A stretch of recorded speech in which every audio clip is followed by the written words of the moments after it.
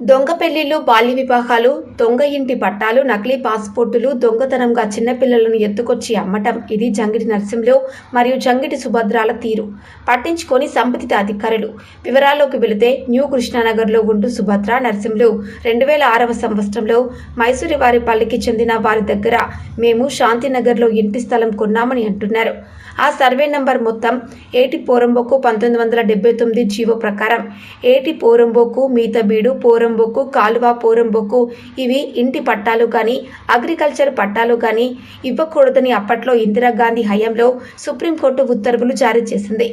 కాగా రెవెన్యూ వారిని, పంచాయతీ వారిని, ట్రాన్స్కో వారిని మోసగించి డబ్బు ఆశ చూపి ఇల్లు కట్టడం, కరెంటు మీటర్లు పెట్టడం మరీ దారుణం.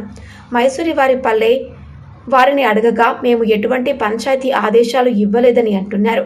ట్రాన్స్కో వారిని అడగగా వారు సుభద్ర మాకు ఎటువంటి ఇంటి పత్రాలు మాకు ఇవ్వలేదని అనటం చాలా విడ్డూరంగా ఉంది.